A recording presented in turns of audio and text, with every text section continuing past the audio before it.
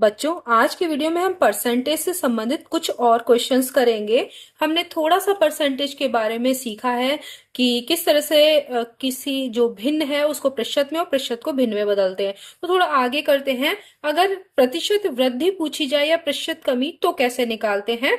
तो यदि किसी वस्तु का मूल्य पहले ये प्रारंभिक मूल्य है और ये मतलब बाद में जो बढ़ के हो गया, ठीक है, तो मूल्य में कितने प्रतिशत वृद्धि हुई। तो जो प्रारंभिक मूल्य है, एक सवाल को ऐसे बता दे रही हूं, प्रारंभिक मूल्य लिखकर, बाकी आपको करना नहीं है इस तरह से।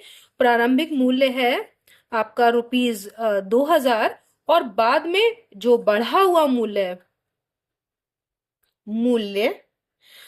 है ₹3000। ठीक है, तो वृद्धि क्या हो गई, मूल्य में वृद्धि हुई है। आप इसमें से जो बढ़ा हुआ मूल्य है उसमें से प्रारंभिक मूल्य घटा देंगे तो कितना हुआ, आप घटा के देखिए। तो ये हम इसको लिख के भी एक सवाल हम लिख के करेंगे, बाकी आप खुद से कर लेंगे इसको।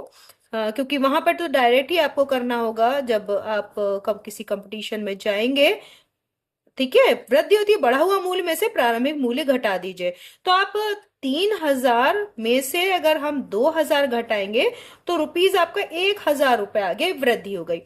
प्रतिशत वृद्धि जब निकाली जाती है तो प्रतिशत लाभ हानि भी आपको मैंने बताया ही था। तो उसमें अगर हम प्रतिशत वृद्धि देखते हैं, जो वृद्धि हुई है उसका प्रतिशत अगर निकालना हो तो आप वृद्धि को 100 से गुणा करते हैं और नीचे प्रारंभिक मूल्य पे ही निकाला जाता है। ये ध्यान दीजिएगा, अगर मूल्य में कमी हो रही है या प्रतिशत वृद्धि पूछ रहे हैं या कमी पूछ रहे हैं तो दोनों ही प्रारंभिक मूल्य पे निकलेगी और परसेंटेज का साइन। वृद्धि हुई है 1000 की, गुणा आप करेंगे 100 से और प्रारंभिक मूल्य था आपका 2000 और प्रतिशत। ठीक है, तो ये 3 जीरो से 3 जीरो कट गए, 2 से 100 को काटेंगे 50, तो कितने की 50% की मूल्य में वृद्धि हो गई। ठीक है, तो इस तरीके से करना है। अब आपको समझ में आ गया होगा कि करना क्या है। अब इसको बहुत अच्छे से हम डायरेक्ट भी कर सकते हैं। कैसे, यदि किसी वस्तु का मूल्य देखिए घटकर, ये प्रारंभिक मूल्य है ना, उसके बाद घटता है, इतना हो जाता है कम होकर, तो प्रतिशत कमी बताइए। तो सीधे हम लिखेंगे मूल्य में कमी। तो मूल्य में कमी क्या होगी, देखिए कमी जब होगी तो प्रारंभिक मूल्य में से घटाया जाएगा बाद वाला मूल्य, क्योंकि कम हो रहा है। तो जैसे कि आप प्रॉफिट और लॉस वाले में करते थे वैसा ही है। तो कितना हो गया मूल्य में कमी आपकी, 2500 से 2000 हो गया, तो 500 रुपए की कमी हो गई। ठीक है, अब प्रतिशत कमी, तो कमी का अगर हमें प्रतिशत निकालना है तो प्रारंभिक मूल्य को ही ध्यान में रखना है। ठीक है, वृद्धि के लिए भी और कमी के लिए भी। तो कमी कितनी हुई, ऊपर वृद्धि की जगह इस सूत्र में क्या हो जाएगा, कमी गुणा 100 बटे प्रारंभिक मूल्य। ठीक है, इस तरह से ही निकलेगा। तो कमी कितनी हुई है 500 की, गुणा करेंगे 100 से, प्रारंभिक मूल्य था 2500। यहां पर ये गलती मत कीजिएगा कि बाद वाला 2000 आप लिख दें। तो हमेशा प्रारंभिक मूल्य ही देखिएगा, चाहे वो वृद्धि के लिए हो चाहे कमी के लिए। तो यहां हो गया 2500, 2 से 2 जीरो कट गए, पचम 25 और 5 दूनी 10, 20%। तो मूल्य में कमी हुई है 20% की। ठीक है, तो आपने इस तरह से निकाला। अब यदि देखिए कई क्वेश्चंस मैं इस पे करा दे रही हूं तो आपको क्लियर हो जाएगा कि इस तरह के क्वेश्चन कैसे करते हैं। 100 रुपए प्रति किलो बिकने वाली वस्तु 120 रुपए प्रति किलो बिकने लगी, तो मूल्य में वृद्धि हुई है ना। तो वृद्धि डायरेक्ट आप निकाल सकते हैं। वृद्धि क्या होगी आपकी, 120 यानी बाद वाला बढ़ा हुआ मूल्य में से प्रारंभिक मूल्य घटा देंगे। तो 120 में से 100 घटाएंगे तो 20 रुपए की आपकी क्या हो गई, वृद्धि हो गई। फिर प्रतिशत वृद्धि अगर निकालनी है तो क्या करेंगे, ये वृद्धि 20 गुणा 100 बटे प्रारंभिक, प्रारंभिक कितना है 100, है ना, और परसेंट, तो 100 से 100 कट जाएगा तो क्या हो गया 20% की वृद्धि हो गई। तो देखिए आसान हो रहा है, पहले बड़ा हुआ हमने इतना सारा लिखा था, तो इसे और शॉर्ट कर सकते हैं, यहां पर भी और शॉर्ट कर सकते हैं। तो आपको समझ में आ रहा होगा कि इस तरीके के क्वेश्चंस को आप कैसे करेंगे। आगे कुछ और क्वेश्चंस करते हैं।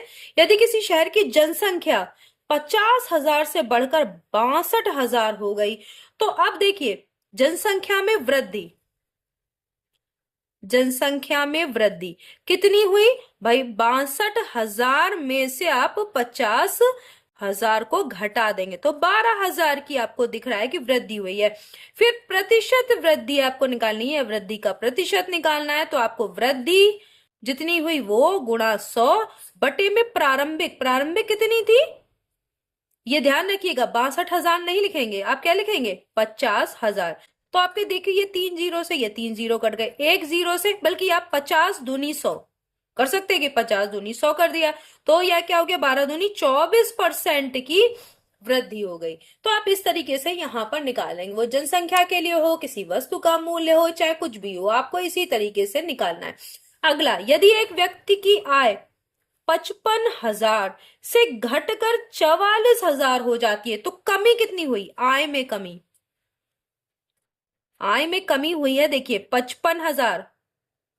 55,000 थी उसकी आय, और वो हो गई है 44,000, तो 11,000 रुपए की आप देख रहे हैं, रुपीज 11,000 की कमी हो गई। अब अगर कमी का प्रतिशत बताना है, जैसे प्रतिशत, उसकी आय में प्रतिशत कमी, तो कमी कितनी हुई है? 11,000 की, इसको गुणा करेंगे 100 से, और प्रारंभिक आय कितनी थी? तो यहां पर आप लिखेंगे 55,000, ये प्रतिशत में आ रहा है। यहाँ 3 जीरो से कट गए, 3 जीरो, अब 11 से, 11 पंजे 55, 5 से काटेंगे तो ये हो जाएगा 20%। ठीक है, तो आसान है ये आपका करना। तो आपको पता चल गया कि किस तरीके से हम कमी और वृद्धि वाले सवालों को करेंगे। प्रतिशत में कैसे लिखें, तो मैं इसको बता भी चुकी हूं, 17/25। अगर इसको किसी भी चीज को, किसी भी भिन्न को आपको प्रतिशत में लिखना है तो 100 से गुणा करके प्रतिशत का चिन्ह लगाइए।